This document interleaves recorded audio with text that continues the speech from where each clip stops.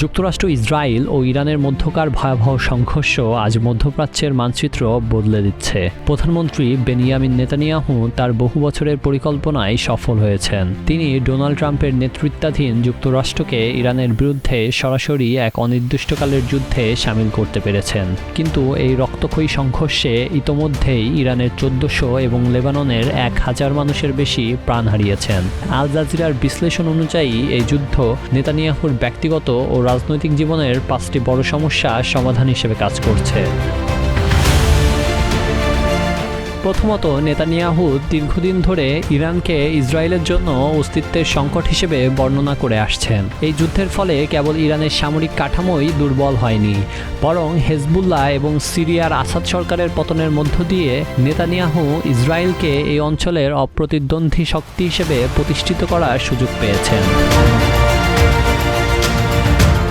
2019 সাল থেকে নেতানিয়াহুর বিরুদ্ধে 3টি দুর্নীতির অভিযোগ চলছে, যেখানে প্রমাণিত হলে তার 10 বছরের জেল হতে পারে। যুদ্ধের অস্থিরতাকে ঢাল হিসেবে ব্যবহার করে তিনি আদালতের শুনানি বারবার পিছিয়ে দিচ্ছেন।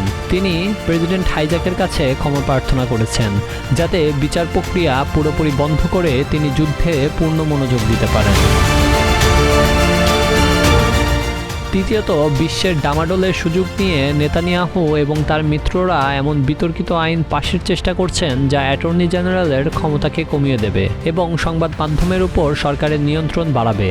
বিরোধী দলীয় নেতা ইয়ার লাপিদ একে যুদ্ধের আড়ালে উগ্র এজেন্ডা বাস্তবায়ন বলে তীব্র সমালোচনা করেছেন। চতুর্থ, ফিলিস্তিন ইস্যুতে বিশ্ববাসীর দৃষ্টি সরানোর সুযোগ পেয়েছিলেন নেতানিয়াহু।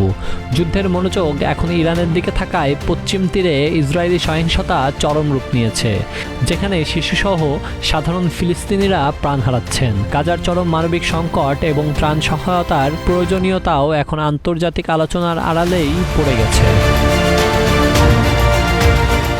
নির্বাচনী জনপ্রিয়তা ফিরে পেতে যুদ্ধকে কাজে লাগাচ্ছেন নেতানিয়াহু।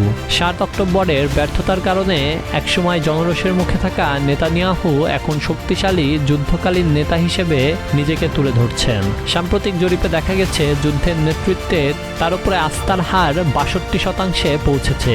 এই জনসমর্থনকে পুঁজি করে তিনি সম্ভবত বছরের মাঝামাঝি সময়ে আগাম নির্বাচনের ঘোষণা দেবেন, যা দীর্ঘমেয়াদী ক্ষমতাকে টিকিয়ে রাখতে পারে।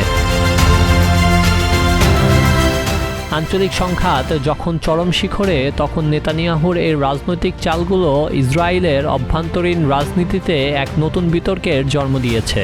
অন্যদিকে বিশ্ব অর্থনীতিতে তেলের দাম বৃদ্ধি এবং কূটনৈতিক ফাটল এই যুদ্ধকে এক অনিশ্চিত ভবিষ্যতের দিকে ঢেলে দিচ্ছে।